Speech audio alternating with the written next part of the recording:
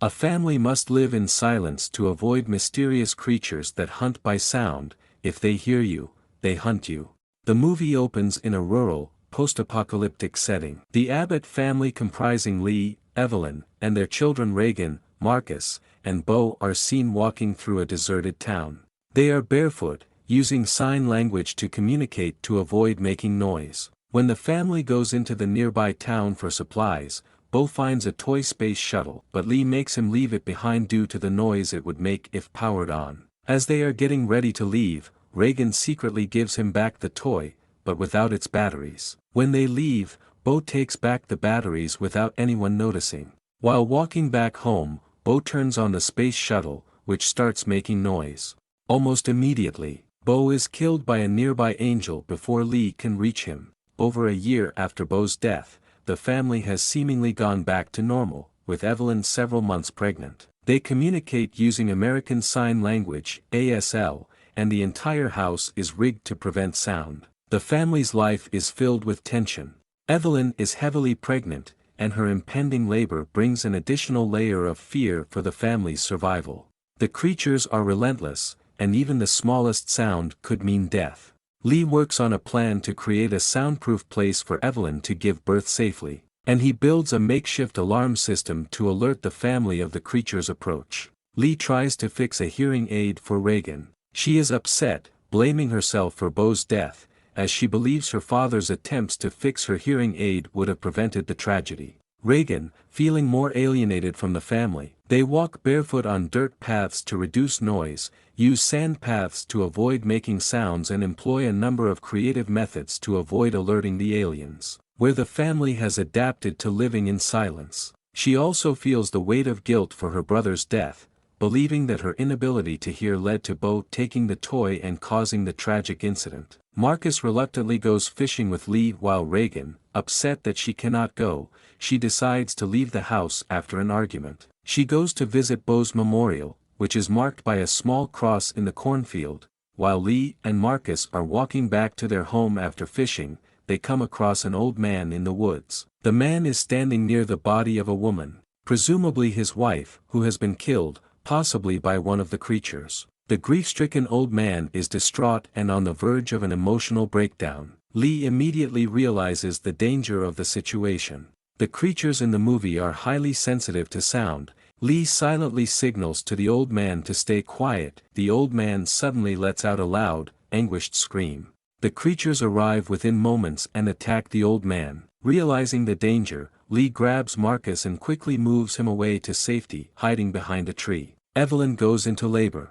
While heading to the basement, she accidentally steps on an upright nail and drops a photo frame, alerting a nearby death angel who enters the house. Struggling to stay silent amidst the pain, Evelyn flips a switch in the basement, turning the surrounding lights around the house red. The angel enters the basement soon after, but Evelyn distracts it with the loud clicks of an egg timer and escapes upstairs. Upon returning to the farm and seeing the red lights, Marcus and Lee lure the angel out of the house by lighting off fireworks, allowing Evelyn to safely give birth to her baby. As Evelyn's labor begins, she is forced to endure the pain in complete silence, with every noise risking attracting the creatures. While Lee tries to guide Reagan to safety, Evelyn is alone in the house, trying to give birth quietly in a bathtub. Reagan, seeing the fireworks, runs back to the house. Lee enters the house armed with a shotgun and finds the baby and Evelyn, then brings them into a hiding spot under the floor in the barn outside. Evelyn, still recovering from childbirth,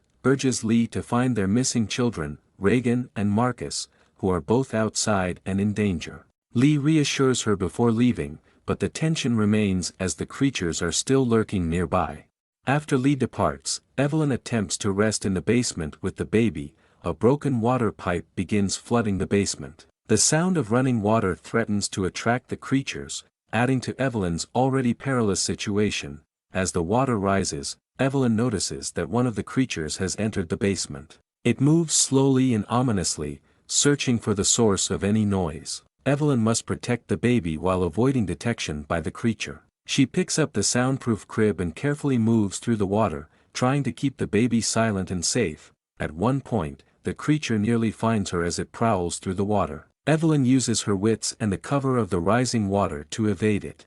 As Marcus runs through the cornfield, he and Reagan unknowingly come close to each other. The siblings finally meet in the cornfield. Marcus and Reagan climb to the top of a corn silo and light a signal fire to alert their father, but Marcus falls into the silo and almost becomes sucked into the corn. Hearing this, the Death Angel, which is hunting for Evelyn, runs towards the silo and attacks Reagan and Marcus. The creature's disruptive effect on electronics causes Reagan's cochlear implant to emit a high-pitched noise, which causes the creature to reel in pain and retreat, breaking a hole in the silo which frees the children. After rescuing his children, Reagan and Marcus, from the grain silo, Lee leads them back toward the farmhouse. However, one of the alien creatures is still pursuing them. As they attempt to escape, the creature corners them in the area near the family's truck. Marcus and Reagan climb into the truck for safety, but the creature remains dangerously close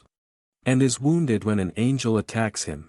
Marcus cannot stifle a scream, and the Death Angel attacks the truck. Lee realizes there is no way for all of them to escape without drawing the creature's attention away from his children. Standing a short distance from the truck, he locks eyes with Reagan and signs to her, "I love you. I have always loved you."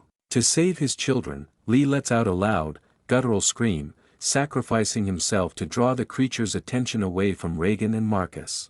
The alien immediately charges at Lee and kills him, giving the children enough time to escape. While the creature is occupied with Lee, Marcus and Reagan use this opportunity to roll the truck down a hill toward the farmhouse. They safely reach the farmhouse and reunite with their mother, Evelyn, who has been hiding in the soundproof basement with the newborn baby. Reuniting with a grieving Evelyn and hearing the sounds of a nearby Death Angel, they make their way back into the house and enter the basement, into which the angel follows them. While the alien searches the basement, Reagan begins to connect the dots about the creature's weakness. She recalls how her hearing aid emitted a high-frequency feedback loop earlier in the grain silo, incapacitating one of the creatures. Seeing the creature in the basement, Reagan realizes that the hearing aid might be their key to survival. She adjusts the device and brings it closer to a microphone connected to the basement speakers, amplifying the frequency. When Reagan activates the amplified feedback, the alien reacts violently, thrashing and screaming in pain. The intense sound disorients and debilitates it, forcing it to expose the soft, vulnerable inner flesh of its head. This marks the first time the family has a clear advantage over one of the creatures. Evelyn grabs the shotgun that Lee had stored in the basement. She carefully takes aim at the creature's exposed head and fires a single, precise shot. The alien is killed instantly. As the family watches the surveillance monitors, they see more creatures approaching the farmhouse, drawn by the noise of the confrontation. Reagan, now fully understanding the power of her hearing aid, adjusts it once more to prepare for the next wave of creatures. She stands beside her mother, who reloads the shotgun, ready to defend the family. If you enjoyed diving deep into the story, don't forget to hit that like button and subscribe to stay updated.